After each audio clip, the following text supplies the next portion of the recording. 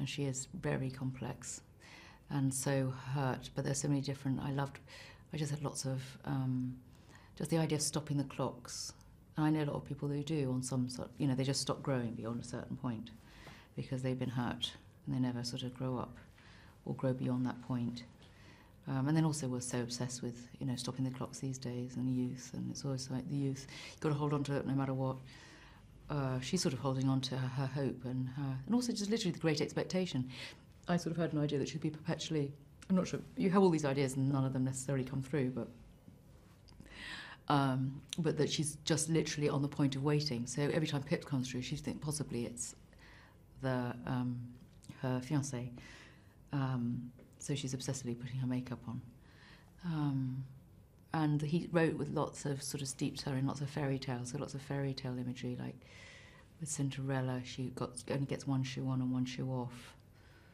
So I played the whole thing with one shoe on, one shoe off, and then Tim said, well, it just looks as if you were hobbling. I said, well, no, I wasn't. But I was hobbling because I got one shoe. He said, well, it looks as if you're trying to be old. I said, I'm not trying to be old because I'm exactly the right age. I'm 45. There should be a badge. Like, if you do your maths with Dickens, she is actually 45, all right?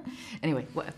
So, and then Rapunzel, I thought it was imagery of Rapunzel, and Sleeping Beauty, because, like, the ivy, and she throws a lot onto Pip, like, almost there's a sort of flirtation with him as he gets older, and that she's her knight in shining armour.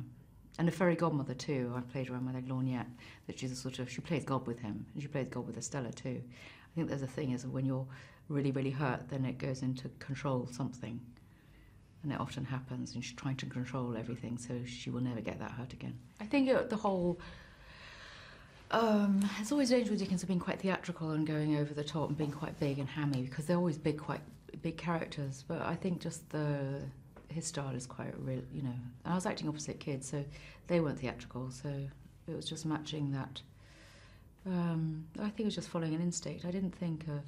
There's a lot that's creepy already, because you look creepy, you look strange, you're white and you're wearing a thingy, a dress, and you're sitting at the dressing table for endless, So,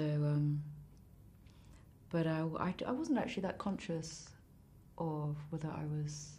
He's always good. He's like, oh, too much, too little. He's a very good conductor.